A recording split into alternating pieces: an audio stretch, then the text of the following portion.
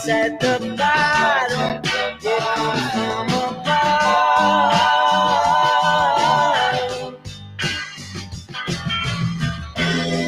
like pieces of a puzzle, like a hand in a glove.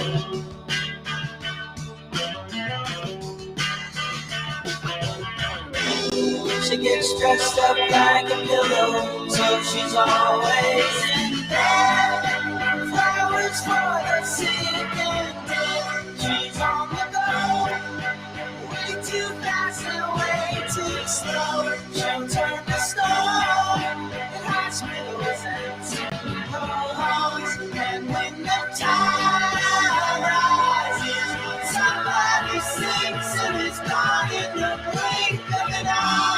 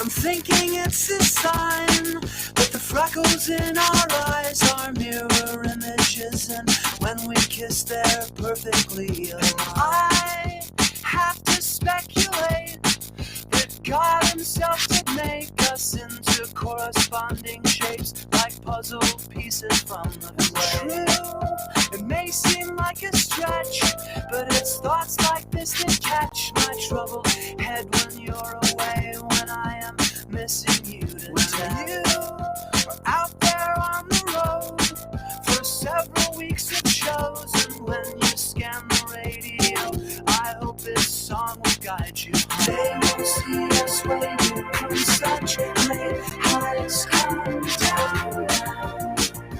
They'll say that everything is perfect from far away. Come down now, but they'll stay. I tried my best to leave this all on your machine, but the persistent beat, it sounded thin upon listening.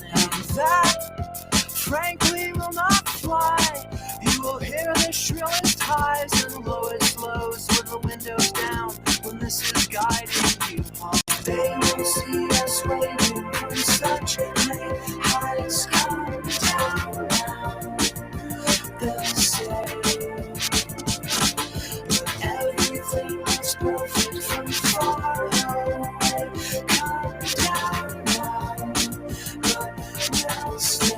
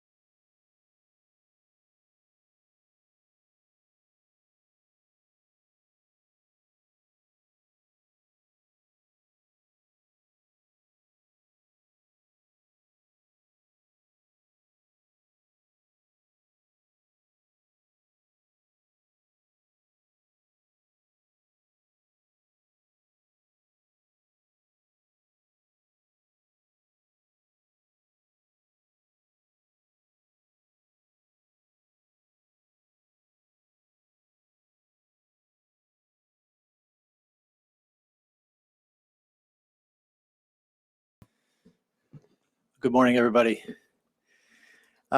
Welcome to the third and final session of our community journalism track for Radically Rural. Yesterday's sessions were all about strategic steps that we can take as news organizations to bolster our work. Today, we're going to provide some very practical and helpful tools for journalists that can help them do their work more efficiently, to do it with more assistance and more depth. And I'm really looking forward to hearing this presentation because our speaker is a real expert in this field. Samantha Sunne is a freelance journalist based in New Orleans. She is a recipient of 3 national grants for investigative reporting and is the publisher of Tools for Reporters, which was named one of the most popular newsletters in the media industry in 2019. She speaks at conferences, universities, and newsrooms around the world, teaching digital tools and tech literacy for journalists. Her work has been published by the Washington Post, NPR, and Reuters, and is recommended by the Poynter Institute in the Harvard Shorenstein Center on Media, Politics, and Public Policy. So it gives me great pleasure to introduce you to Samantha. Thank you. Good morning, everybody. So instead of doing slides, I just have a long list of tools. So we've got 50 tools to go through this morning, so we're going to move pretty fast. If you want to open this list on your phone or your laptop or just write it down, you can just type in tinyurl.com/radically rural tools. It's up on the screen if you want to see that as well. But it's going to stay at that link and it should be visible even if you don't have to have a Google account or Google Docs or anything to see it. And so I recommend bookmarking that or downloading it as a PDF or just writing down the link or something like that, since obviously you're not going to like memorize these tools as we go through. So inevitably, if you're going to want to use them later on, you're probably going to want to come back to this list so that you're not stuck like Googling around trying to remember the name of a tool I was talking about. So that's tinyurl.com/radically rural tools. As Terry said, my name is Samantha. I have been a freelance journalist for 6 years now. And one thing I do as a freelancer is I write this newsletter called Tools for Reporters.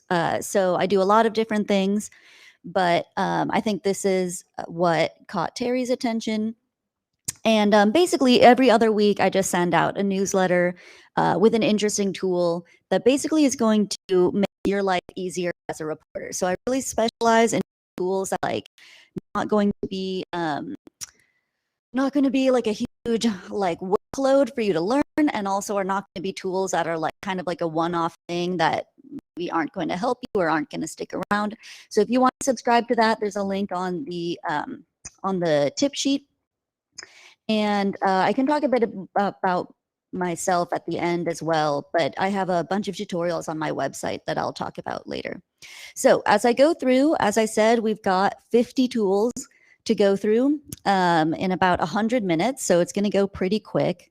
If you have a question and you're in the audience here in person, please feel free to raise your hand and ask, or also feel free to just speak up. That's fine. But I know sometimes it's less awkward to kind of raise your hand and stop me. And if you are in the chat, please feel free to post questions in the chat as we go along.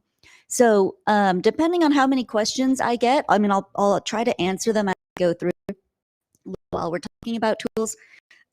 But if I get too many, we'll save some time for questions at the end as well. So, all right, so let's get started. I'm going to leave that up there for a minute so everybody still has the link at the top. But I'm going to start off with investigative tools. So we've got a whole bunch of different categories if you want to scroll through and see which are the most useful for you. But I'm going to go ahead and start off with investigative.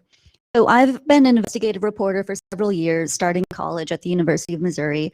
And there's obviously many investigative tools I could talk about, but these are a few of the kind of widest reaching and also sort of the newest and coolest. So if you do any kind of reporting, not just investigative, you're probably looking at websites. And if you have a background in investigative, you probably know that you can look up the registrant of a website. So everybody who owns and operates a website needs to register it with this group called ICANN. And you used to be able to look it up pretty easily, but due to some new rules, you can't look up the current owners. But there's a website called Who is History Search. You can only do so many searches a month before they cut you off on the free tier. But basically, you can look up the owner of a website, at least who owned it several years ago. So if you wanted to go to this website and type in toolsforreporters.com or samanthasunne.com, you'd be able to see who that website was registered to, including stuff like their email address and phone number, as well as their name. So that can be just a really good way to get contact information, as well as look up information on a website. I'm not going to demonstrate these tools since we don't have a ton of time. If I had more time, I would go ahead and do a search to show you how it works. But if you're interested, feel free to just kind of do it on your phone as we're going along. Some of you might be familiar with Muckrock, which is different from Muckrack, which I will be talking about later. Muckrock is an organization that is very pro-FOIA. So if you've ever filed a public records request, Muckrock specializes in basically helping you with that public records request. If you're not familiar with what a public records request is, I definitely recommend checking out Muckrock all the same, so they can kind of walk you through it. And explain how they work. So again, for an investigative reporter, or for anybody, any kind of reporter, knowing how to get public records is super helpful. And Muckrock has ways where you can kind of automate it if you're doing a ton of public records requests. Like I had to do one for all 50 states a couple years ago. And they've also got stuff like a forum, so you can commiserate with your fellow public records requesters and get advice.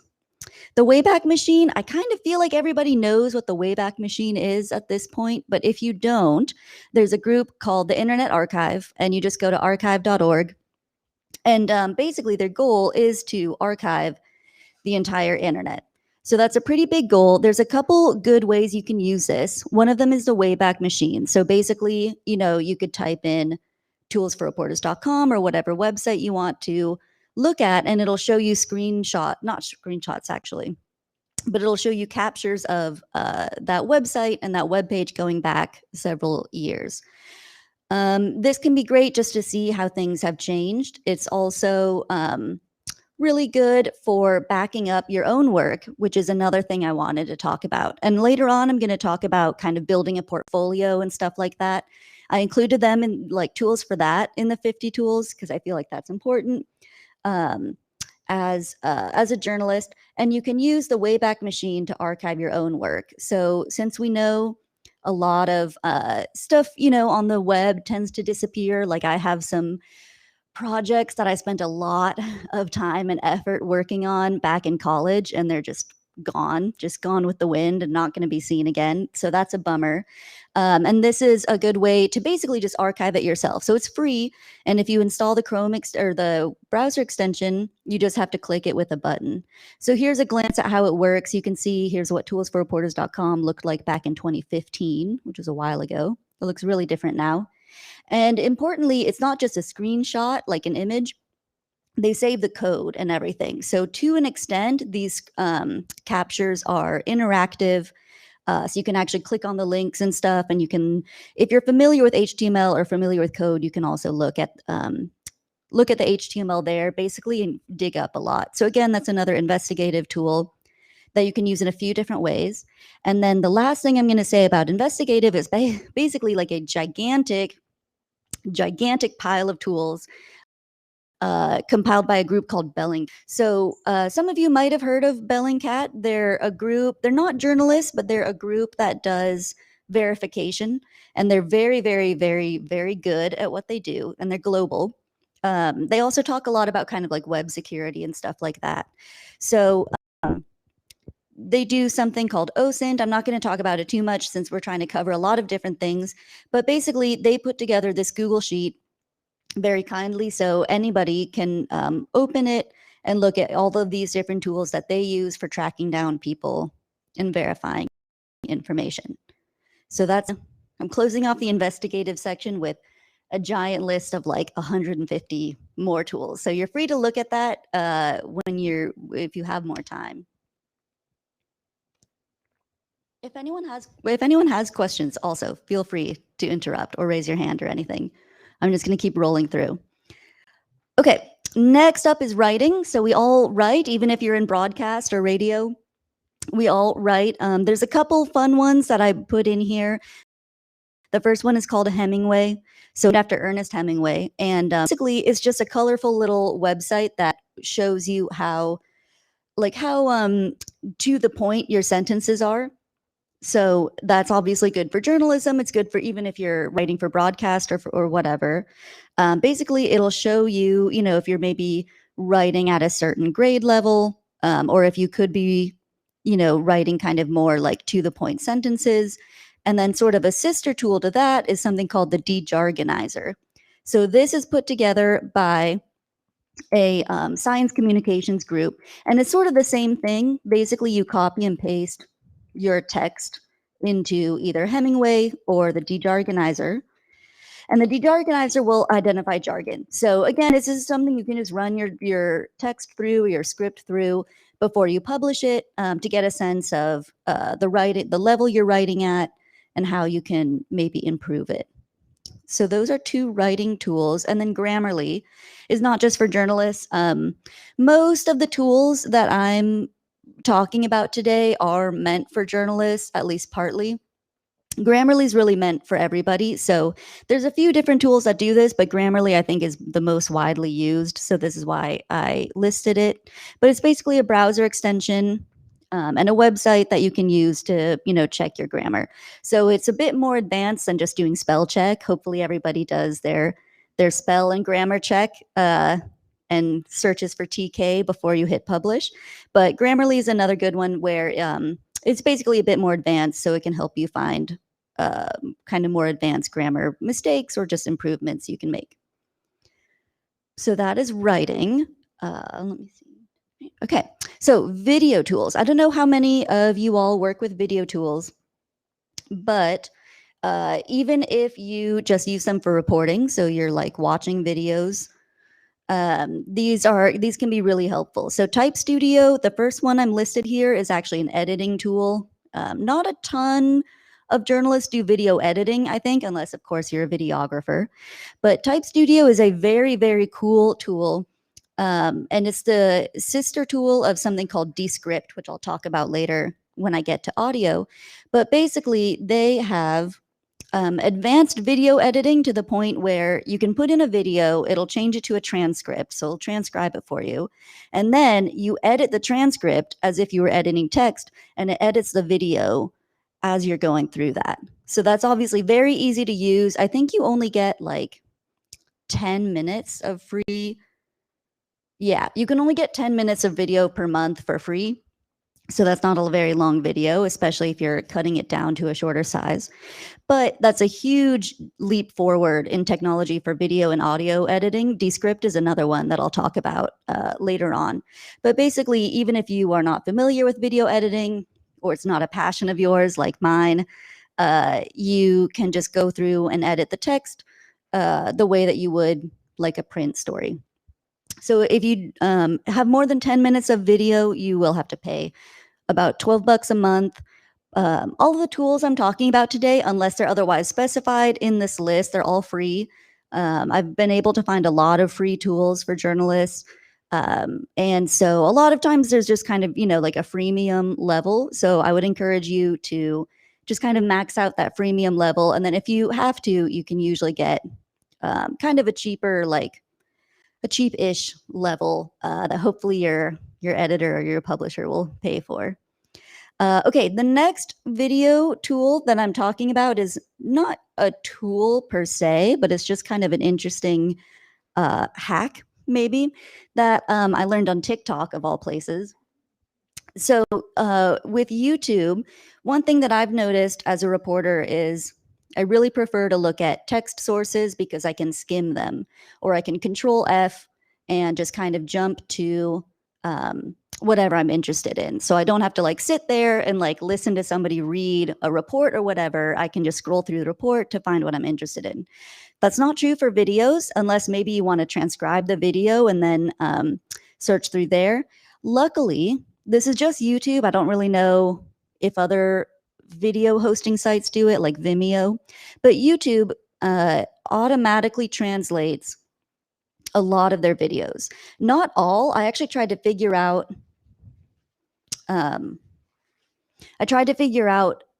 like how many or like how they pick which videos to transcribe, and I couldn't figure it out. But it's a lot of them. So this image isn't loading for some reason.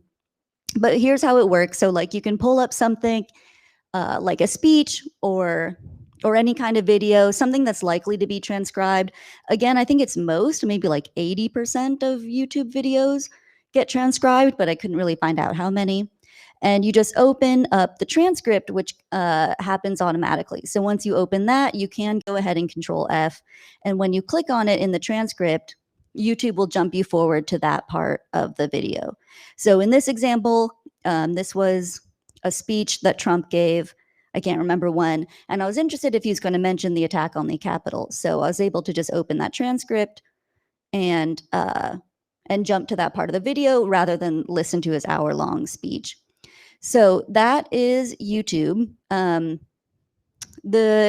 I mentioned with other videos, if you wanted to do the same thing with other videos, you probably would have to put it into another tool to transcribe it. Luckily, transcription has made a huge jump forward technologically in the last I guess 4 or 5 years now. But it used to be that was like really hard and always cost money. And usually people would have to pay some poor person to like transcribe their video by hand. But automatic transcription has come really far. And I'll talk about that more when I get to audio. I probably should have put the audio and the video sections together now that I'm looking at this. I'll talk about one more. Does anyone have questions on anything I've said so far?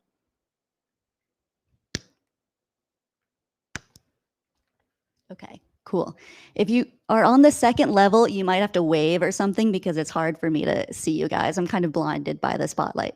All right, so let's keep going. This one I was talking to some journalists here at the conference about recently. So it's a tool called Save. In fact, I think it's the last one I put on the newsletter. And it's a tool made by it's a group called Open Archive, which is not the same thing as the Internet Archive, but it has the same a lot of the same goals. So they noticed that a lot of times at like a protest or a riot or maybe even something like a festival where there's just like a lot of people, a lot of times cell service cuts out or internet service cuts out, or especially if it's something like a natural disaster. Or increasingly, unfortunately, even in the US, journalists are getting arrested at protests, regardless of whether they should be or not.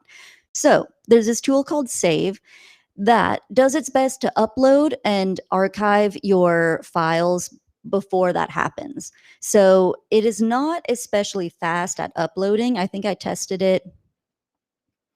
Yeah, it took about 12 seconds to upload a 15-second video. So it's not especially fast at uploading, but the key to this tool is that it will either beam your file, like your video or your audio, straight to the Internet Archive. So basically just put it straight out there for anyone to see, or it will upload it straight to, something more private like Dropbox. And it will do that even if you get cut off. So if you get arrested or something, let's say, it'll save the whatever it managed to upload. So there's not another tool that I know of that will do that. And it's made for, not just journalists, but anybody who's in like a high risk situation like that. It can be good, and it's free, of course. I think there is a limit on how many minutes of video you can upload or whatever. And if you want to use a private cloud service like Dropbox, I think you might have to have a paid account, unless you can just get the free version. But the tool itself is free. And when I mentioned you can beam it straight to the Internet Archive, the reason for that is, if you're filming the police or something, it's also meant to save your files so that they can't be confiscated or destroyed later or deleted, because by the time, someone gets a hold of your phone, it will have been already uploaded. Especially if it's on like the Internet Archive, it's not, it's once it's out there, it's not going anywhere. So those are video tools. I'm going to talk about just kind of productivity in general. So these are fun ones that I like. So there's this app called Self-Control, and it kind of makes me laugh. So like I was looking for a tool that was going to keep me off of like Reddit in the middle of the afternoon when I was like trying to get work done. And then I would be like, oh, I'll just like check this thing on Reddit. And then it would be like 4:30 p.m. And I'd be like, well, okay, there goes that day. So I was like, okay, I need my computer to not let me go on Reddit. So I dug around and I found this tool called Self-Control. And the kind of scary thing about it is, so you download it and you can turn it on. So you set like a website you want to block from yourself, and you set a timer. And even if you like restart your computer or open an incognito window or like log in as a different user, this app will not let you go to that website. So I forget the level of access now, but they go into like root access on your computer. So again, it's like a little scary, but it's the most effective by far that I've found. Because again, there's a lot of tools that are like, oh, we'll block you from going to Facebook. But then if you just, go to a different browser, you can go to Facebook or something. So this is like if you really need to stop yourself and you need to focus. And again, it's free. I think it's really cool. Momentum is, I probably won't spend a ton of time talking about these because they're not super reporting focused. But basically, this is something that I have. It gives you a pretty picture every day whenever you open a new tab. And then it just kind of gives you like a little dashboard. So you can set like a daily goal, and it's got, you can put like a to-do list on there, a weather app on there, whatever works for you. I mainly like it for the pretty pictures, but you can use it for a to-do list or whatever. Stoop is something that I don't actually use, but I've been thinking about using. So I know I personally am subscribed to a lot of newsletters. I tried to count once a long time ago, and it was like literally dozens of newsletters, which sounds crazy. So Stoop is a tool where basically you tell it all the newsletters you're subscribed to, and it'll turn it into more like a news feed. So instead of reading through all these emails that come in, you can see, especially if a lot of the newsletters are like sharing the same story or interested in the same topic, it can be a lot easier to just peruse those the same way you would like a social media site or a news site, instead of a whole bunch of emails. And the last two for productivity, there's a tool called Zapier. Again, a lot of you might know this one already, but there was a tool called IFTTT, if this, then that. And that kind of died. So if this, then that was very cool. And then I don't know what happened to it, but the website is pretty much dead. So Zapier has been around about as long. It was not as free as IFTTT, which is why I did not used to recommend it. But now I do. And I think you get like five free zaps per month. So what it does is like it just sets up all these little automations between different websites and different apps. I think I've got one that's like, well, you can use it to monitor websites and stuff like that. I use it for that. But you can use it to do, you know, if you want to, if you post a photo to Instagram and you want it to also post to Twitter automatically, you can do that through Zapier. Or if there's like a news story on an RSS feed, or you can even do stuff with mobile apps. Like if you enter a certain area with your phone, it can like send you a reminder to, I don't know, take the dog for a walk or whatever. There's a lot I could say about it. I probably won't talk about it too much just because there are so many things it could do. So there are more than 3,000 different apps that it can connect. Basically, if you're interested in it, you might want to look at like the recipes they have already, or if there's something you know of that you would like it to automate, you can go ahead and see if you can do that through Zapier. So that's really nice. It's if you're just hearing about it now, it might be hard to imagine like how you might use it. But once you kind of start using it or realize what it can do, you can use it a lot. Okay, and then the last thing for productivity I'm going to talk about is this app that a journalist made. So I teach data journalism, and I'm recently been thinking maybe we should like spend a day at the college level going over kind of basic math stuff, not trying to be like pretentious or anything, but a lot of times there are very simple math equations and stuff that really trip people up. So like percent change is a huge one. There's stuff like the fence post problem, where, you know, depends, like, you know, it depends, it changes how you count stuff like the days in a week or whatever. Basically, there's this app that someone I know, Girish Gupta, made called Math for Journalists that does it. And so if you use this app, if you feel like you're worried about that and you want a computer to do it for you instead, it's basically just fun little app. Obviously, it's free. And you can just download it and it'll do stuff like that for you. The reason I share it is a lot of times, especially with things like percent change, there's pretty frequently like a pretty big error in a lot of published journalism. So that's why I mention it. Obviously, we can all add and divide and everything, but some stuff like that can really trip you up, and it can have a pretty outsized impact on your reporting or what your audience thinks of it. Okay, I'm going to pause. Any questions on productivity yet?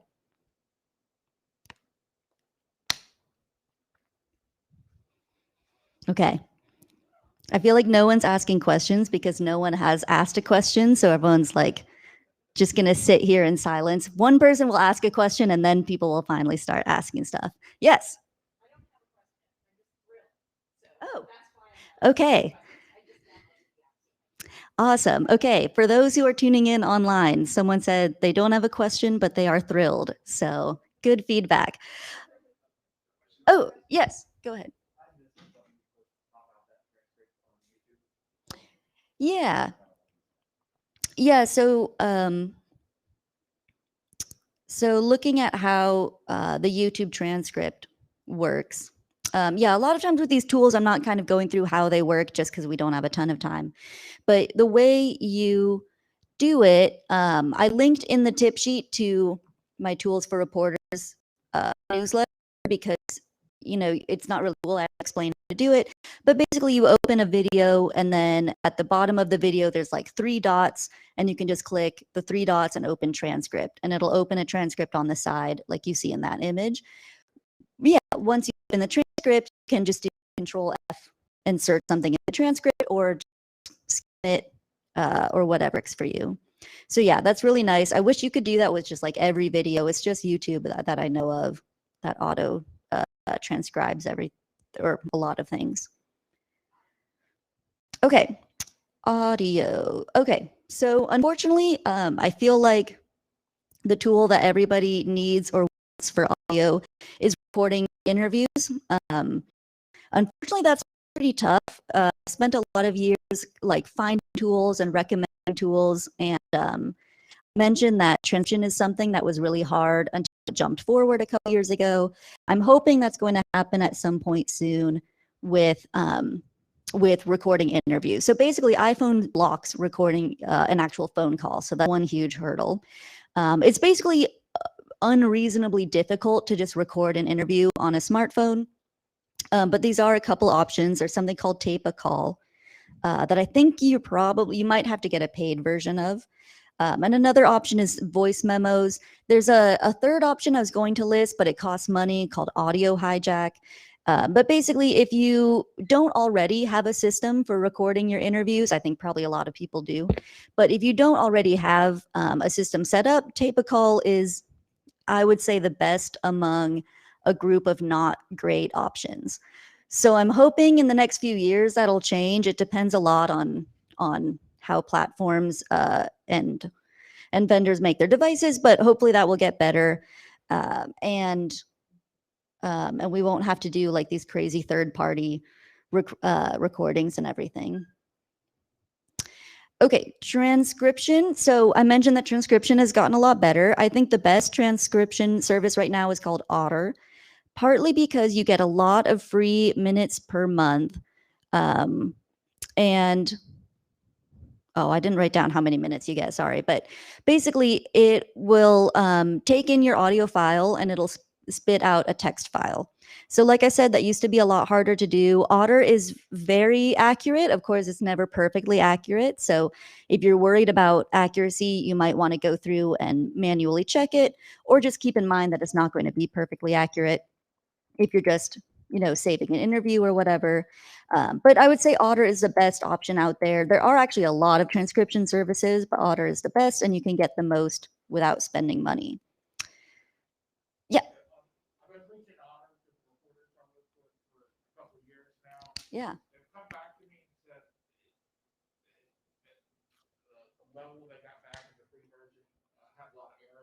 Mm. Oh.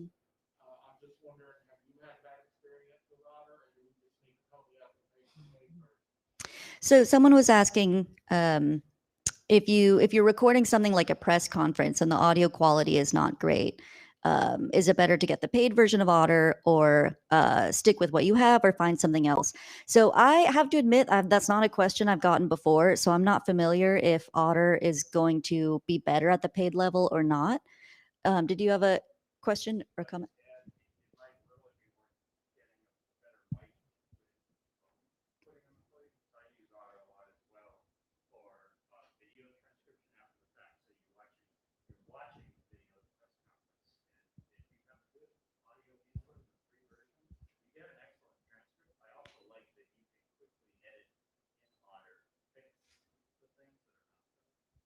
Yeah, so someone was saying it might be better to invest in a nicer microphone rather than a more expensive transcription service.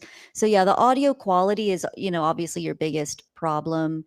There's another, I would say the second best tool if you just want to try a different one.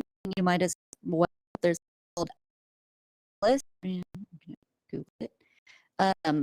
I would say this is the second best behind Otter. And so if you want to just try multiple transcription services, you can see if Alice works better.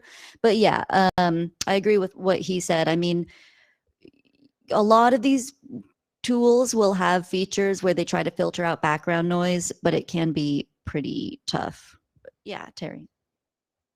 Yes, in the chat, we have a comment by Lou who says, I have a great app called Voice Record Pro on my phone. It's so much better recording than the phone's voice memo. VRP7 is a new version that I do not know. Yeah. All right. So someone in the chat also recommended Voice Record. Lou in the chat, if you want to say, are you on iPhone or Android, that would be helpful.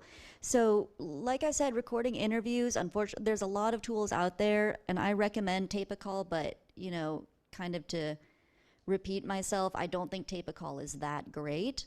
It's just, I think it's probably the best tool out there that, is available on all devices. and that everyone can use.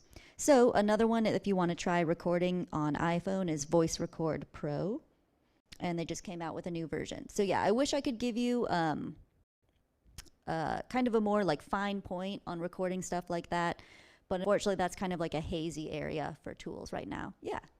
Yeah, I think it's just important to emphasize like the time and place thing with Otter. Like we had a rookie reporter come in and try to apply that to like city council meetings where you have 10 different voices going at the same time, and she wasn't going back and checking as you talked about. So I just think you asked for feedback as far as people using these things, and while I think it's terrific for a press conference or where you have one or two singular voices, I think it's extremely important to double check quite a bit when you're talking about 4 or 5 different voices in the same 30 seconds. Yeah, we had another participant say that especially if you're trying to transcribe many different voices all on the same call, that's another place where author kind of falters. Alice tries to identify the speakers, but I'm guessing that Alice also is going to struggle with that if you've got like 10 different speakers. So for those kinds of use cases, I'm not sure. Yeah, I mean, even for that, like if you're recording 10 different people at a press conference, I mean, still the best transcription. If you're looking for auto transcription, so like computer done transcription, Otter is still the best that I know of. But you might reach the point where you want to use like Mechanical Turk or something where you hire a human to do it, but you have to pay for that. So it's a decision for you to make. Script, I mentioned this earlier, so it's the same as Type Studio. It's basically like if you are editing audios, this is not transcribing like we were talking about, but rather you have a bit of audio and you want to edit it, like cut out extra spaces, or you're producing it for a podcast or something. Descript will transcribe it, and then you just edit the transcript and it will edit the audio file for you. Okay, I'm gonna go ahead and keep rolling. If you have more questions, feel free to ask. Or also, I should have said earlier, if you have another tool you would recommend, feel free to put it in the chat so everyone can see it. Or if you're here in person, I'll try to say it into the microphone so that we all get it. Okay, so research tools. These are tools that I consider not quite investigative, but good for any reporter to know. So there's a website called Pacer. If you're not familiar with Pacer, that alone is a good tool to know of. It's basically U.S. federal court records. If you've done court reporting before, you have probably noticed that it's hard to get them online. Courts have been pretty slow to adapt to the internet age. Luckily, U.S. federal courts do put pretty much all of their records in this thing called Pacer, pacer.gov. In addition to Pacer, there's a free browser extension called Recap that is very cool. So I'd recommend, if you think you're going to use Pacer ever, or if you already are, I would really recommend installing Recap, because what it does is it'll give you a little pop-up if Recap has already archived that document, so you don't have to spend your 10 cents or whatever getting a federal court document. And it also saves whatever documents you're looking at and sort of adds them to this big Recap portfolio of federal court documents. So even if someone has not already found the documents that you're looking for, it'll help other people if you go ahead and download those. And if you have the browser extension installed, then it'll save them for everyone else to look at, because Pacer does charge a little bit of money, like I said, like 10 cents per page, but that can add up. Yeah.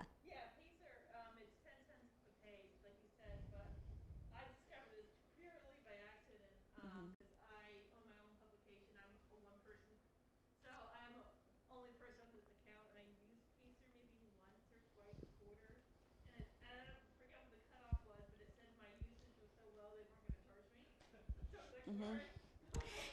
Yeah. Someone mentioned that if your use of Pacer, the .gov is low enough, they won't actually charge you. I think it's like $15 per quarter or something like that. So, yeah. So if you don't use Pacer much, that's cool. But even then, I would still recommend having Recap installed, because then you can, whatever docs you're looking at, other people can benefit from them too. There's a whole big debate about whether people should even be charged for federal court records, since they're public record anyway. But we won't go into that. So Recap and Pacer are great. for federal court records, also just for backgrounding people and things like that. There is a tool called Expert Access that is basically, it's meant for freelancers, but I think any journalist could probably get it if you wanted to. And it's kind of a smaller version of LexisNexis. So if you are super lucky, you have access to LexisNexis, which is an enormous, huge, giant repository of public records and all kinds of different paperwork that you can use for backgrounding people and topics. It's very expensive. I can't remember how much, but LexisNexis is like crazy expensive, so most people don't have it. But there is that they did come up with like basically a freelance tier to help journalists access a lot of it for a lot less money. So Expert Access, unlike most of the tools I'm talking about here, is not free, but it's still very cheap compared to LexisNexis. Yeah. Can I just add a quick one? Yeah. Signline.org, Mhm. SCILINE.org. We work with them. They pair journalists with scientists in the category that they're researching. Their turnaround time is same day. It's free. It's a nonprofit, non-partisan. We use them in our climate collaborative. Cool. Yeah, someone also recommended a group called SciLine, SCI Line, and I've heard of them. Yeah, I think they do like science communications, and if you're reporting on a scientific topic, they'll pair you up with a scientist who can, hopefully walk you through the jargon and make sure your copy is correct and everything. So that's really useful too. Okay, PR Newswire. I was unsure about putting this one on here because we all probably get more press releases than we want. We would like to get fewer press releases. But I realized kind of recently that PR Newswire had a free subscription feature on it where you can subscribe for like a certain company you're covering or a certain city. Like a topic or a keyword. And so I set that up for a company that I've been kind of watching and reporting on for a while. And basically, if any press release comes out through the PR Newswire mentioning that company, or you can, through that city, if you set up your search right, it'll send you that press release since, I'm not going to automatically get every press release about that company.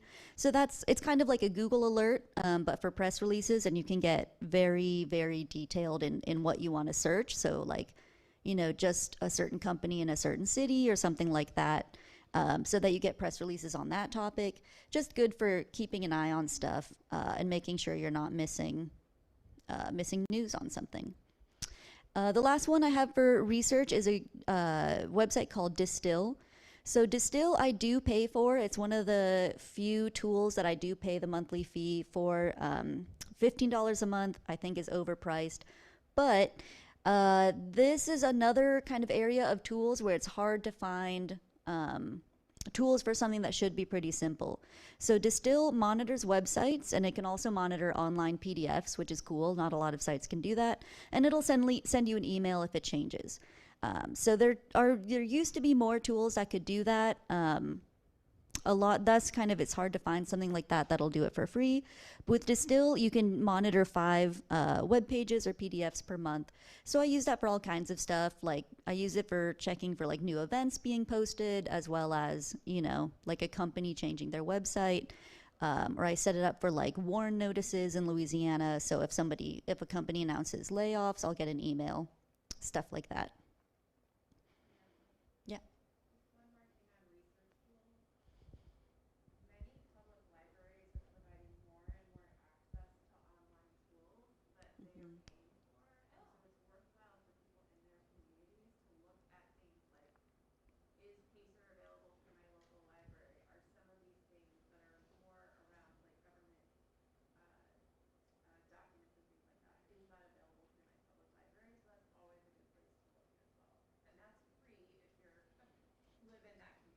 Yeah. Yeah, someone mentioned also checking your public library for access to databases. And that's always worth checking. I've never found a library with access to like the really good stuff like LexisNexis, but yeah, sometimes there is stuff, especially if you're like doing backgrounding. Okay, I'm gonna go to her and then you. Yeah. On Sideline.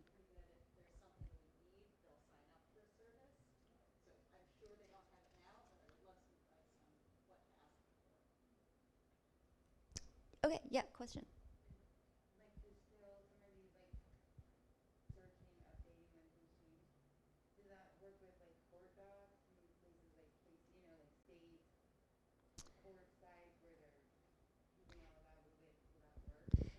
Yeah, someone's asking if Distill will check if something like a court document updates or like a court docket or something. That will it depends on the website and it depends on the document. So I mentioned warn notices, which are these things that companies have to file if they're doing a certain number of layoffs. For whatever reason, the state of Louisiana, instead of just having like a web page, they have a PDF with all of the warn notices, and anytime someone files a new one, they like save a new PDF, which is a weird way to do it. But Distill is actually able to track that. So anytime they update their PDF with a new company, I get an alert about it. So if the court document is set up that way, if it's like an online hosted PDF basically, then it probably will, but I think I would have to look at the document and look at the website in order to tell you. Also, if it's a website that you need to log into, which might be the case with a lot of court docket searches, Distill may not work because it'll work best with stuff that's just publicly available. Yeah, Terry. Yeah, in the chat, Lisa mentions an interesting tip that if you have a university teaching gig, or perhaps if you're connected to the university library, they have access to some of these databases. Lexis, she mentions, foundation centers, that type of thing. So that could be a good connection. Yeah, someone mentioned using university resources as well. I think that's smart. I mean, I have also tried to use university connections, stuff like LexisNexis, and even then, I still can't get it. But also I have to say expert access, LexisNexis, but it's still partial. Like I feel like I go to all these places, and unless you're really willing to like fork up the money for the full-blown LexisNexis, you're going to get partial stuff everywhere you look. But especially if you're doing something like backgrounding, it might check to search, search Pacer, search like I remember my university for some reason had access to like military court martial records, but not like local court records. There's a lot of just kind of piecemeal stuff like that. So universities and public libraries are a great place to check, or even if you, I don't know, have a friend at a really large organization. I think when I worked at Reuters, we had access to LexisNexis, but even then they were careful about how to use it. Basically, it's very expensive, so you should try to get the free or the cheap stuff where you can. Yeah. Okay, so project management tools. I'm going to go through these quick so we have more time to talk about, or questions at the end or whatever. So Evernote, again, is one of the few tools that I pay for, and I started using it back in college when I started doing investigative reporting, because it is basically a very robust note-taking app. So note-taking sounds pretty simple, but it can do a lot of different things. In fact, it's very good at searching images, like searching text in images, which is pretty hard. So if I was taking like handwritten notes, I would just import the notes, like take a picture of my notebook and save it as a note in Evernote. And then later on, if I was searching for the person's name, it would come up on that note, even though I had just taken a photo of handwriting. It can do a whole bunch of things that I'm not going to talk about because we don't have time. But I use it not for like regular stories, but for investigative stories where I've got like a lot going on, and I've got like public records requests pending, and documents and interviews and to-do lists and stuff. I found Evernote really good for that. Some new ones along the same lines that I've heard are really popular is one called Roam, R-O-A-M, and there's another one called Notion. I haven't used either of those, but I've seen them getting recommended a lot, so that's just sort of another option. With a project management tool like that, it's hard for me to sort of specify which one you should use. Actually, Microsoft has one called OneNote as well. So you basically kind of have to pick one and then like make it yours, like adapt it however you want to use it, because a lot of them do the same things with slightly different functions. And project management especially is like kind of trying to organize your brain. It's really hard for me to like tell you which one is best, but I use Evernote, and if you want to look at Roam and Notion, I know those are pretty popular as well. Trello, some people might have heard of. It's it's different visually. So it's good for project management. If you're like me and you have several projects going on at once because you're a freelancer or whatever, or also if you're working with multiple people, you can collaborate on it. But it'll just take all your notes, like your to-do lists and images and stuff like that, and organize them into little columns for you. I used to use it as to-do lists because I would have like 5 or 6 different freelance clients going, and I'd have to try to remember what I was doing for who. And then Calendly is something I started using recently. Basically, you connect your calendar to it. So if you use Google Calendar or iCal or whatever, you hook it up to this thing called Calendly, and it will give you a link that you can send people. And it'll say like, hi, do you want to do a meeting? Like, click a day and time, and it'll go ahead and make a calendar event for the 2 of you. So you can set your time and everything. One thing I would say about this is it's hard to send this without sounding kind of like cold, I guess. Like, if you're meeting with a source, especially if it's a sensitive source, it might be kind of weird to just like send them this link and they'll like schedule themselves on your calendar. But I have found it enormously helpful if you're just doing like a lot of Zoom meetings or with colleagues and stuff, or if it's like they're in a really different time zone and it gets really hard. I found Calendly to be super helpful. Documents. So there's a tool that's been around for a while, like 10 years, called Document Cloud. It was made by journalists, and I think to this day it's like one of my favorite and most impressive tools I've ever seen come out of the sort of the journalist code writer area. So it uploads and shares documents, so that's pretty simple, but it can do a lot of really advanced stuff like redaction, annotation. It can do something called entity analysis, where when you look at your document, it'll find all of like the names and dates and places and plot them all out for you so that you can jump to, you know, who is mentioned and jump to where they're mentioned. It can find all the dates and plot out a timeline for you. So there are a lot of tools out there, again, for, you know, like uploading a document, like Scribd is one, and then you can embed the document in your article. But Document Cloud can do a lot more than that. It is only for journalists. It was made by journalists, so you do have to be a journalist to even get an account, but it's free. You have to like tell them where you work or something. I can't remember what you do to get it, but it's very impressive. And so if you're using documents for anything, even just embedding or like sharing with your editor, I've found that Document Cloud is the best way to do that. And Comet Docs is the best option I've found for converting files. So especially me, as someone who uses data a lot of times the data is in like a PDF or like a Word doc or something, and you want to move it to like Excel or Google Sheets. There's tools out there for converting basically a document to like an Excel file. Comet Docs, in my experience, tends to work the best, and it can do a lot of different conversions. So PDF and Word and everything. It sounds pretty simple, but Comet Docs I've just found is the best one out there. Again, there's like a freemium level, so you can save your documents in it, but you can only kind of do so many conversions a month. And then, Evernote Sketch.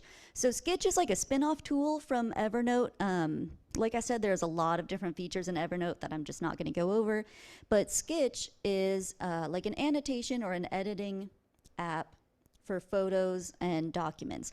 The reason I'm recommending Sketch and not, you know, one of the many other annotation tools is that it has a pixelation feature. So a lot of times if I'm like tweeting a photo of something, or I don't know, sending a picture of like a document, and I want to blur out something, on like regular social media, a lot of times people just kind of like draw like a black scribble or something. But if you want it to look at least a little bit professional, you can use Sketch to do something called pixelation. So that's the thing where it kind of turns it not just blurry, but turns it into a bunch of little black and gray squares. It just looks better than like someone who clearly just dragged their finger over the image. So if you're, you know, especially for like broadcast, and if you're showing documents on screen, but you need to blur out someone's name or something like that, Sketch is what I would use for and it can do more than that. It can do arrows and text boxes and all of that, but it's the only one the only easy one I've found that will do pixelation. And then 2 more on documents. Okay, so Overview is another tool made by a journalist, and Overview's claim to fame is like If you have a ton of documents, I think it can handle up to like 1 million documents, which is crazy. I don't know if anyone has 1 million documents they need to go through, but if you do, you can upload it into this thing called Overview. And Overview will do a lot of the same stuff that I mentioned Document Cloud can. I would say that its features are not as like it won't go as deep as Document Cloud does, so it kind of does entity analysis. It can definitely identify keywords and stuff, but the key to Overview is that it can handle, literally thousands or hundreds of thousands of documents at once, which is not great for Document Cloud. So if you've got a gigantic pile of papers, and this definitely has happened before, especially when stuff like the Mueller report comes out or something, and everyone's like racing to like digest this document at once. Overview is great for that. If you just don't want to read a ton of documents, you just kind of want to have a computer digest it for you. And then Tabula is great for data. So if you are if you want to use the data in something like a PDF or a Google Doc, if it's in tabular format, you can use this thing called Tabula. Again, made by journalists. And what it will do is identify tables within a document and scrape them out, so you can put them in a like a Google sheet or something. That does not always work if it's not in a table format. So if it's in like multiple columns and stuff, Tabula might not be the best, but it's very good at identifying tables, and it can often identify data that's not in like exact tabular format. So those are a whole bunch of different tools you can do for documents, if it's data or just sharing or annotating or anything along those lines. Does anyone have document questions? Okay, running along. Okay, infographics. Okay, so infographics. All right, I keep saying this, but I'm gonna try to go faster. So one thing I like that I feel like people don't talk about a whole lot is Google Trends Insights is what they're called. So if you are reporting on something like the Olympics or Taylor Swift, Google Trends will put out basically these free data visualizations that anybody can use. What the key to this is, like, if you want to add some color or some interest to your story and you don't really have time to like make your own data visualization, or if you just kind of want to throw something interactive in there, which is really, really, really good for engagement, you can just go ahead and take one of these from what's called Google Trends Insights. So what the great thing about it is you just have to click a button and it'll give you an embed code for it. So you can embed it in your article and it'll be colorful and interactive, and basically you didn't have to do a single thing to get it. So I recommend that if you are kind of short on time but want to use infographics. Oh, it's only about Google Trends, obviously, so it's not visualizations on other stuff, but I will talk about other Google tools that can do that. Right now, my favorite data viz program is a tool called Flourish. It's free for journalists, thanks to Google, so you have to kind of apply or something to get a free account. But it does the most data viz stuff for a tool that you can get for free. So depending on how much time and effort you want to put into it, you can have very, very detailed and like awesome infographics, or you can also just do your regular bar charts and stuff. I've seen Flourish get used a lot more, especially during coronavirus. I've noticed people started using it a lot more. So it can be animated or interactive in pretty cool ways, but also if you just want to do like a regular old chart, you can do that as well. So again, there's a lot of data viz programs out there, like some of you might be using Tableau, but Flourish just right now is my favorite.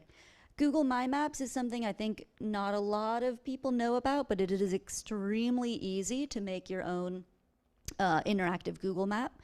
So you can either kind of drag and drop basically a spreadsheet onto there and it'll map it, or you can create your own map by like clicking and choosing your icons and stuff. This links to a tutorial that I wrote on how to do it, but I think people, like, I could literally make a map in less than 5 minutes. I've done that in like in a training before.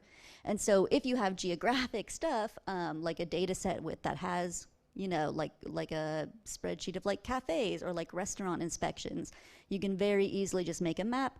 And again, color and interactivity is great for engagement, getting people to like read and click on your stories. The Common Knowledge Project is somewhat similar to Google Trends Insights, but it is based on the most common data sets that people use.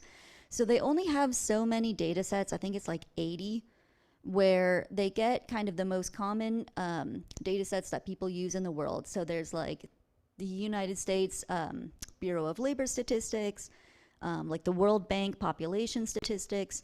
So if you're writing or producing a story on any of those topics, like unemployment, for instance, Google made it very easy to produce an infographic, like a pretty nice looking infographic on whatever you need. And so you don't have to even make it in Flourish.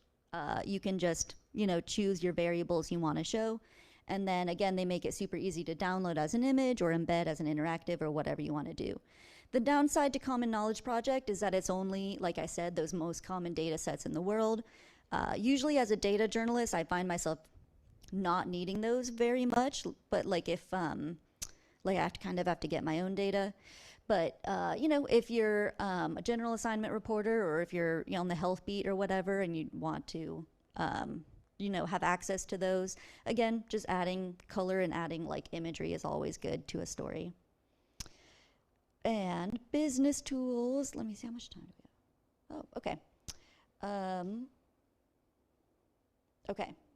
Business tools. All right. So I'm a freelancer, so I'm going to talk real briefly about business tools. If you're not familiar with HelloSign, it's a good tool for, signing contracts and stuff like that. If you're not a freelancer, that might not pertain to you as much. But one of the key features of HelloSign is that it's like a legally enforceable electronic signature, which is not necessarily the case with some other signature tools. Boomerang is something that I use off and on, usually when I'm out of the country. It will schedule emails. It's only for Gmail, so unfortunately it's only really relevant if you're a Gmail user. But it will schedule an email to, let's say, go back to the top of your inbox if no one responds within a certain time frame. It will send an email to that person if they don't respond. You can send, schedule a bunch of emails to go at a certain time. Like I said, I mostly use it if I'm out of the country because I want an email to show in their inbox at like 2:15 p.m. or whatever, rather than like 3 in the morning. So you can do that. You only get 10 free emails a month unless you want to start paying for it, but it's only $5 a month if you do want to start paying for it. Gmail actually implemented some of these features, but they don't work as well and they don't look as nice, and they also don't have the feature where it'll only boomerang an email if they don't respond or something like that. Because obviously you don't want to send like an automated follow-up message if they actually responded to your email. And then Expensify is just good for expense reports. You get a lot of free like expense reports every month, and it's just nice because they automated expense reports. So you just take a picture of your receipt and it'll format it all into report for you. So that's good for reporting trips. I use that a lot if I have to track, especially stuff like gas or like mileage. It's good for tracking that as well. Okay, so I'm gonna leave time for questions. So we've got a few more sections. Okay, and then we'll have time for questions if you guys just want to talk about whatever or share tools that you're familiar with. So I wanted to talk about security. That's not something that I find that journalists talk about all that much, except maybe the sense of like having a good password or not reusing your passwords. So there's a tool called 1Password. That's a password manager. So it basically just saves all your passwords and it can create really secure ones for you. The reason I'm recommending it is they came up with a free account for journalists. So I have a free account through 1Password. I don't know how much it costs usually, but people, I know a lot of people in the tech scene, and they all basically all recommend a password manager. If you don't want to use 1Password, there's lots of other, well, not lots, but there's some other really highly recommend ones like LastPass. But like I said, 1Password, if you're a journalist, you can apply for a free account. I would recommend doing that, if only so you don't have to try to memorize all your passwords or inevitably end up reusing them, since that is bad news. And then the other things I'm going to talk about in terms of security, I end up using these most often if I'm sharing like a password. So if my colleague needs to log into our company's Twitter account or something, there's a few ways to send that. I mean, I think we all know that like ideally you're not going to send like your social security number over email and stuff. Actually, iMessage, if you're on iPhone, is a little better than email, but there are these tools that are much better than that. So Onion Share is a tool for sending a file. It might be a bit more intense than a lot of people need for a regular story, but there have been, you know, a lot of people working on really sensitive stories where they want to make sure it's encrypted as it goes through and make sure that, you know, it's not going to get saved in somebody's cloud storage, which can happen if you're using, you know, certain platforms for sending. So Onion Share uses something called Tor, which I don't know if people have heard of. It's not a very journalistic-y thing, but Tor is a web browser that is extremely anonymized. So it's the most anonymized like tool along that line that I know of. There's other things you can do with Tor, like you can use it to access the dark web, as it's called. But realistically, what I use it for is if I don't want personalized, like I really want to be sure I don't want personalized results, or I don't know, if I'm like sending information or looking up information where I want to be sure no one knows what I'm looking at. Because, hopefully we all know that even if you open an incognito window, or even if you're signed into a different account, if you Google something, Google tracks that. So Google has a very, very large file on like everything you've ever searched in your life, even if you did it in an incognito window. They don't necessarily give that out or anything, but Tor is good if you want to make sure that like not even Google knows what you're searching. And Onion Share uses Tor to send files. So Tor is like a web browser, Onion Share is for sharing files. And then Signal is a messaging app. So Signal has gotten more popular, I think, over the years, and is basically very well encrypted. You can also send a message and then have it like disappear, which is kind of cool. So if it's like you're sending a password or something, they have to like write down or use the password before it disappears. The reason behind that is if someone ever hacks into your devices, they can just a lot of times open an app, like open your email. And even if you sent an encrypted message, they can just scroll through your messages and find what you sent. So it has a lot of features like that that are just very, very security focused.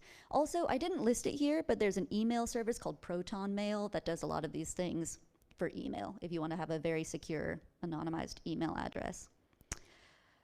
Okay, actually, so I'm going to just talk about tools for reporters again, and then we'll have a good 15 minutes or whatever for questions. So I mentioned tools for reporters. It comes out every other week. Pretty much all of these tools came from my research for tools for reporters, or just research I've done as a reporter. And if you look at the very bottom of the tip sheet, you can find my tutorials. So I have a page on my website with tutorials on a lot of different things. I teach a lot about like data journalism and technology, like how reporters can use technology to make your life easier, hopefully not harder. So yeah, I mean, I guess I won't necessarily talk about those right now unless you have questions, but I put that in the tip sheet if you want to use those. They're all made to be gone through on your own, like in the comfort of your own home. Okay, so I just wanted to share that. Did anyone have questions on security tools before we just kind of move to everything? Yeah.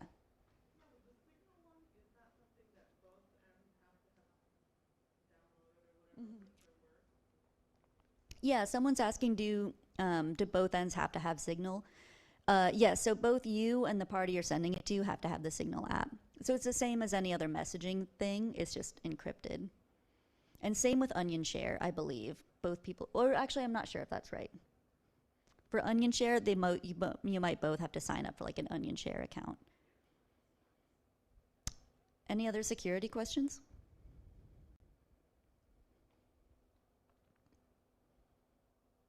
Cool. Okay, if not, I can go ahead and kind of keep talking about these tools.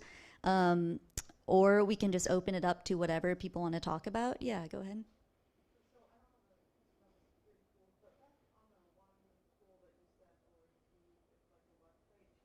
Mm-hmm.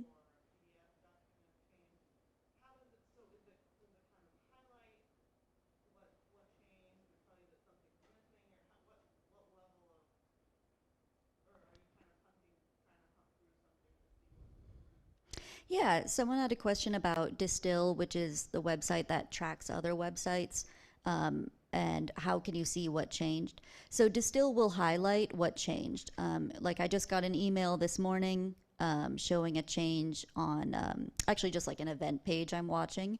And so at the top of the email, it has highlighted in green the new text or new image or information.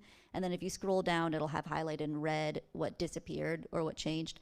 So you can do that just in your email alerts, or you can go to distill.io, the website, and kind of like look through all your different alerts and see what changed. Yeah. Any other questions or any other tools you guys want to go over maybe more thoroughly? Mm-hmm. So Samantha, I'll ask a question. This was all really wonderful stuff.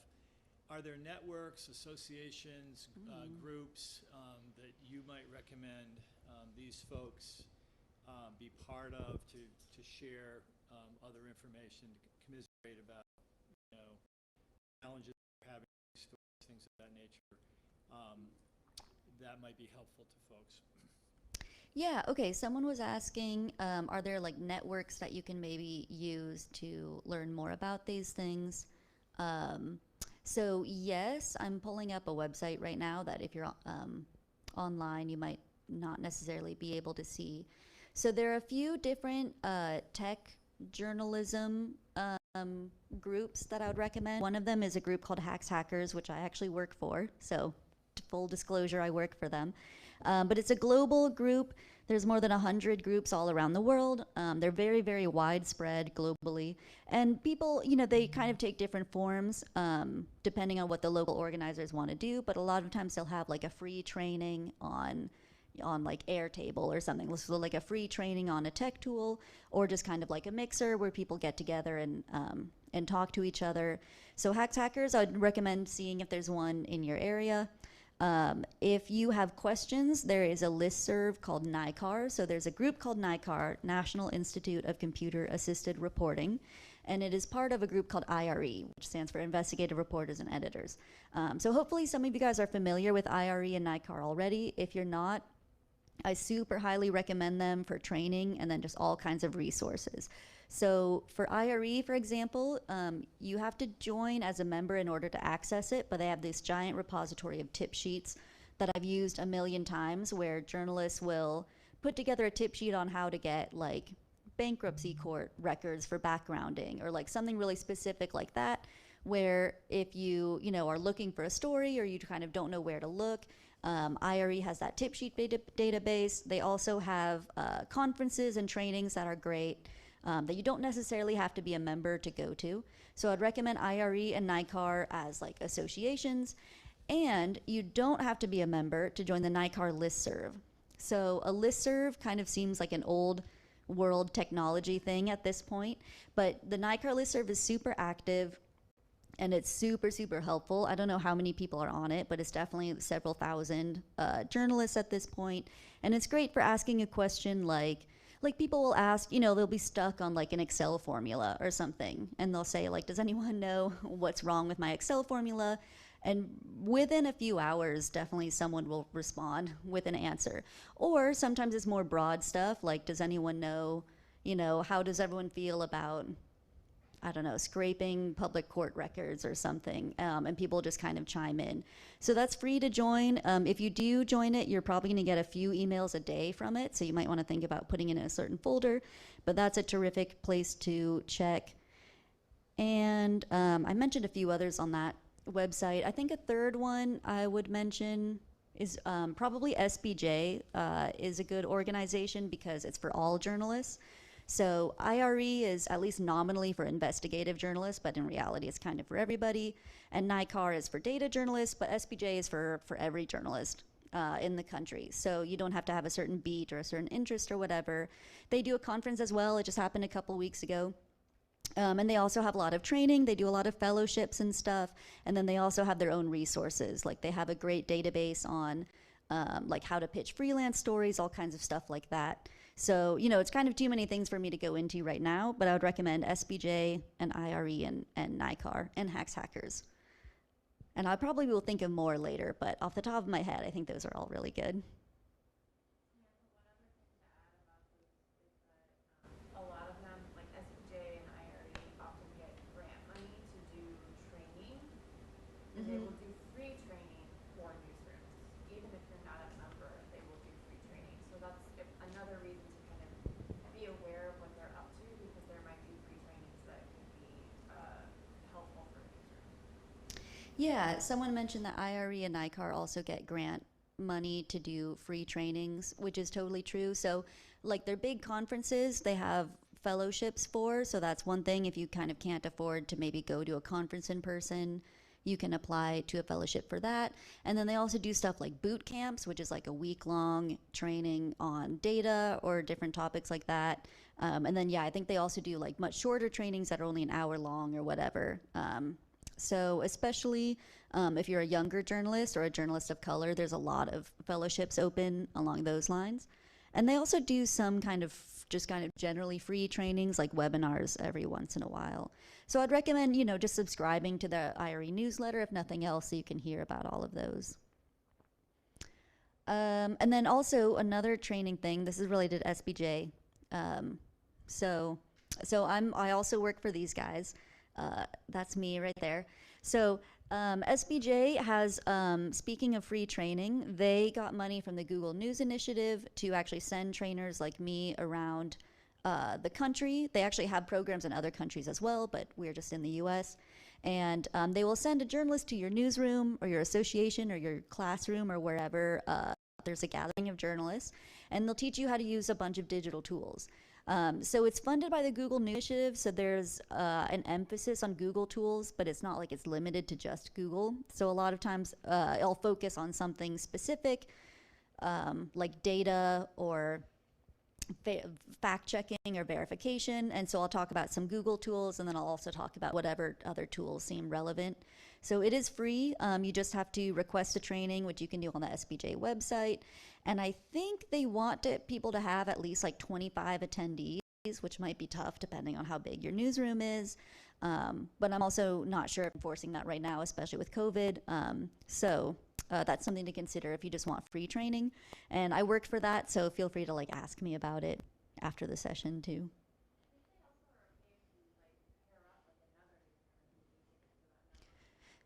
Yeah, you can also pair up with another university or another newsroom or something to make that number. I think they just don't want to spend the money of, you know, sending a trainer out if it's only going to be like 5 people. Yeah. What was the service that you said could do a text search in an image? Yeah, someone asked about searching for text in an image. So the one I mentioned is Evernote. And the way it works is you just take a note as a photo, but I've just found that Evernote is especially good at identifying text in an image. So there are some other kind of one-off tools for that. Like I think if you search the App Store on your mobile phone, you'll find some app that's like image to text or whatever. Those come and go pretty quick, so I'm not recommending any of those right now, but they might work pretty well. Evernote has worked for a long time, so that's why I recommend it. And there's definitely a free version of Evernote. I do pay for the paid version. But yeah, I mean, especially it really impressed me when I was like trying to find an interview I had done literally years ago, and I like couldn't remember the guy's name. So I was just kind of like searching around, and then eventually, I mean, yeah, I found this like picture I had taken of my reporter's notebook from like 5 years earlier. And especially handwriting is tough for a computer to read. So it's definitely not perfect. Same with transcription like we were talking about, but it's the best that I know of. Also good for just like scanning documents too. If you're just trying to save a document and be able to text search that as well. Yeah. So when it comes to just trying to get a meeting that you have to cover into the transcript, is Otter still like play it on their computer, set up their microphone, let Otter do the transcript, Yeah, someone was asking, like, what's the simplest way to like transcribe an interview or the fastest way with Otter. So the way Otter works is you don't have to do it in real time, which some transcription services used to do. So basically, you just upload the file, and it will spit out a text file faster than the video runs, in my experience. Yeah, so you don't have to wait an hour.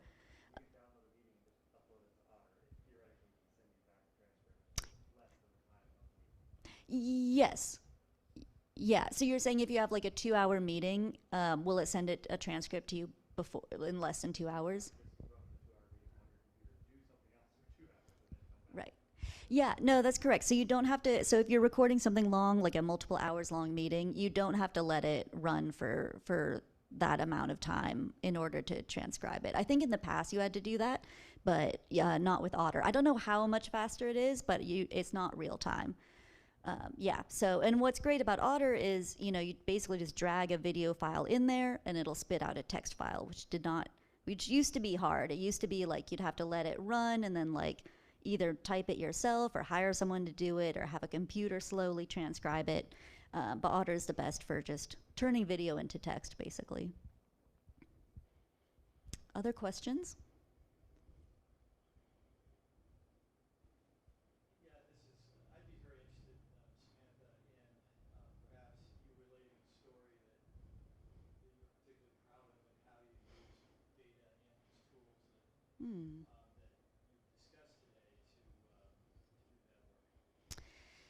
Yeah, so one thing I can think of, this was years ago, but it just popped into my head because we were talking about Evernote, is when I was in New York working for Reuters, I would go down to the NYPD headquarters sometimes, which is like this really intense building that you have to like file all this paperwork to get into, even just to go to like their public records office.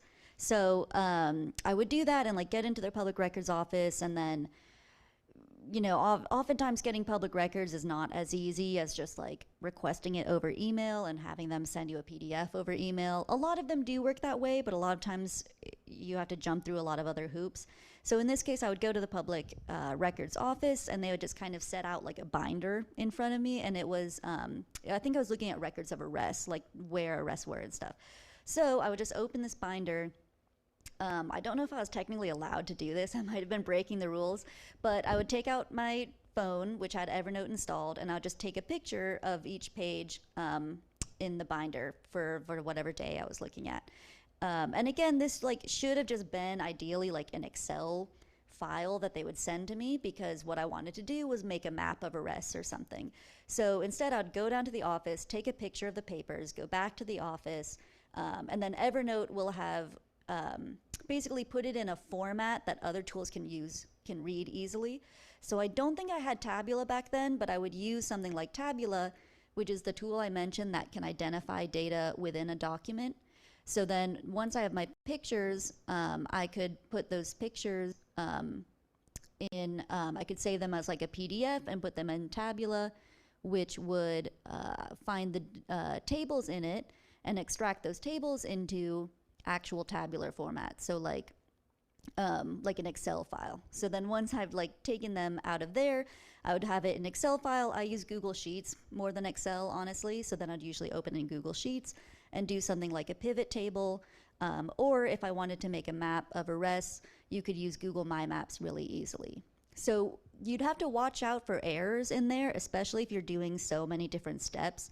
With every step, there's, like a wider, like there's more gaps where errors can happen. So I'd have to make sure that, I would spot check Tabula, for instance, to make sure that it did get the numbers correct and stuff like that.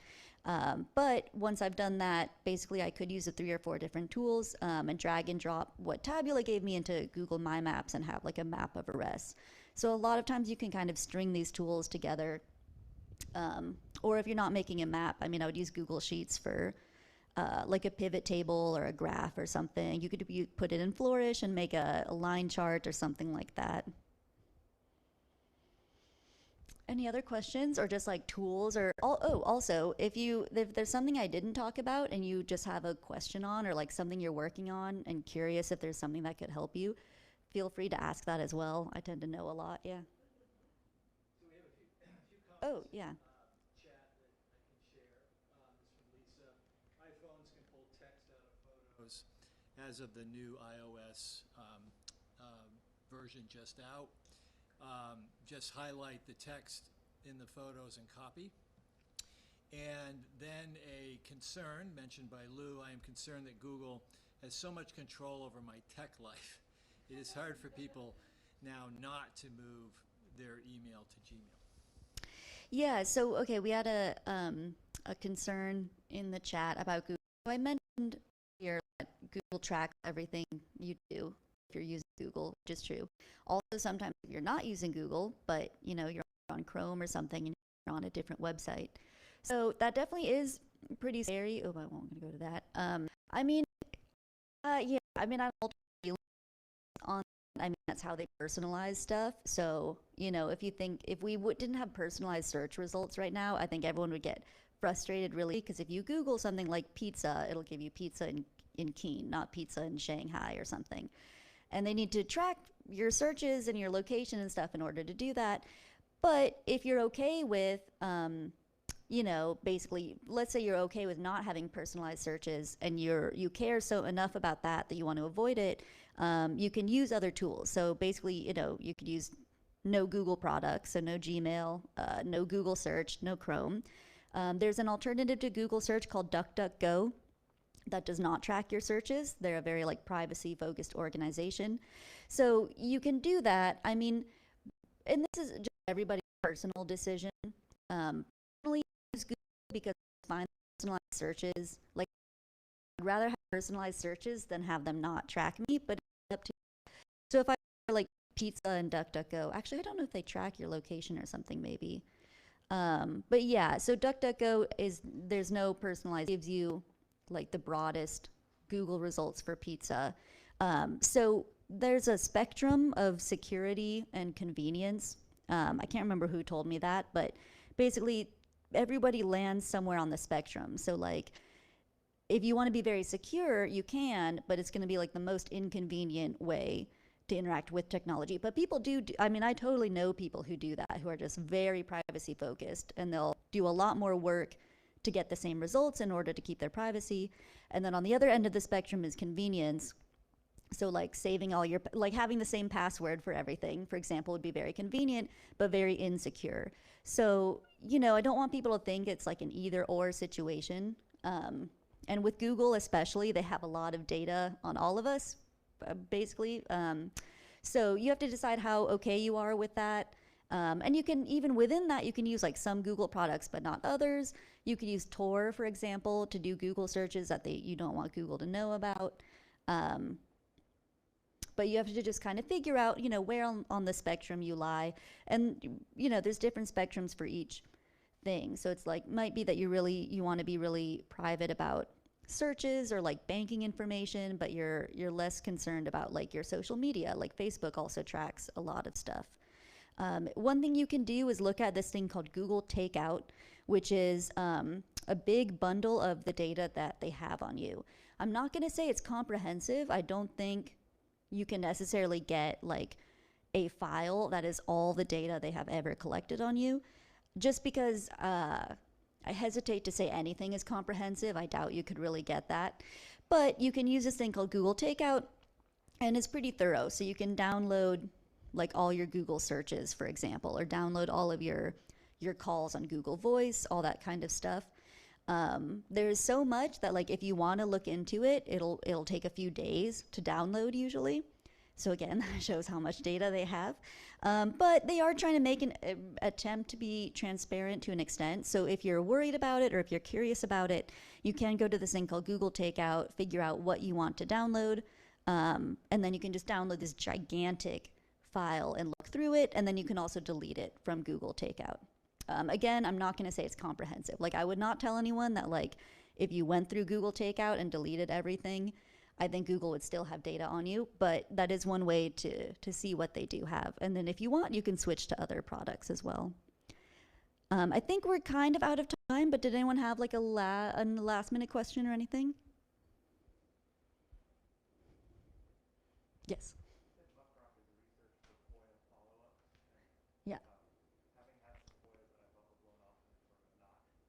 Mm-hmm. responsive way? Are there other tools in that direction that Yeah, someone asked about FOIA requests. So Muckrock has a feature where they will automatically follow up for you. I think there's a computer version, which is like a bot that sends like a hi, just following up message. And I think they also have a human version where there's someone at Muckrock. You have to pay for it, but someone at Muckrock will follow up for you.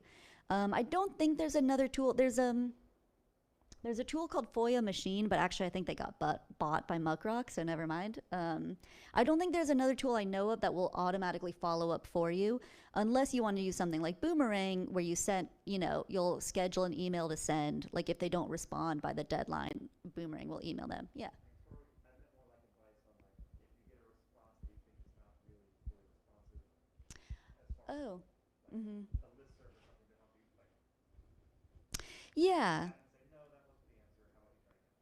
Yeah, I think actually the NICAR listserv would be really good. So someone was asking for, like, if you're looking for advice on how to negotiate public records request, there's a forum at Muckrock where, it just works like a regular web forum. The NICAR listserv, which I mentioned, also works with public records a lot, so you can just put it out there and ask for advice from other journalists. And then lastly, in the US, there's a group called NFOIC, National Freedom of Information Coalition. There's several different groups that work with FOIA and help people with FOIA requests and stuff. NFOIC, I've found is the best, at least currently. So they have just kind of guides and stuff, and they also have like a letter generator if that helps you. So I'd also recommend them. And I think we're probably out of time. Feel free to come up to me with questions or find me with questions later. You can find my contact info at the top or the bottom of the document. Thank you, guys. So that concludes the community journalism session and track for Radically Rural. Again, my thanks to Samantha for this wonderful information. She's a real expert in a lot of these tools, which can help all of you do your work. We're going to have a break here. The Livability Slam will take part in this room, I think, at 1-ish, and hopefully folks can get back for that. It's pretty exciting and lively presentation that focuses on how small communities and businesses across the country are making their communities more livable. I want to thank the Knight Foundation for their support of many of the journalists who were able to attend these sessions the last couple of days, and also to Franklin Pierce University for sponsoring the journalism track. And I want to extend my thanks to everyone, all the speakers who have participated over the last 2 days. I'm absolutely thrilled and delighted with their presentations, the depth of what they provided us, and how helpful they've been. So with that, I thank you all for being here, and spread the word. We'd love to see you folks back here next year, and for other colleagues to join us as well. So take care, safe travels for those who are traveling, and again, many thanks.